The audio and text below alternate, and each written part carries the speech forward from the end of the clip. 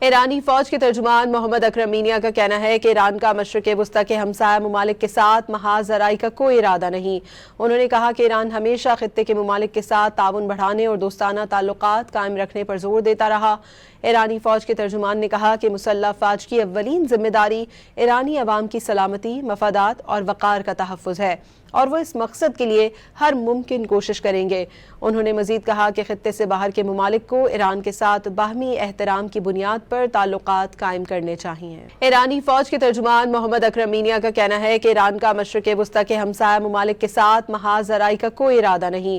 انہوں نے کہا کہ ایران ہمیشہ خطے کے ممالک کے ساتھ تعاون بڑھانے اور دوستانہ تعلقات قائم رکھنے پر زور دیتا رہا۔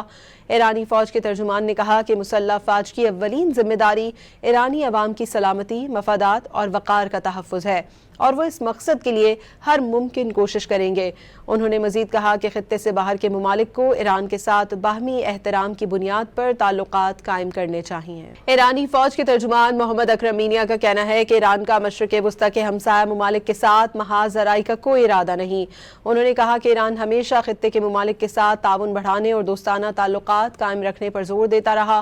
ایرانی فوج کے ترجمان نے کہا کہ مسلح افواج کی اولین ذمہ داری ایرانی عوام کی سلامتی، مفادات اور وقار کا تحفظ ہے، اور وہ اس مقصد کے لیے ہر ممکن کوشش کریں گے۔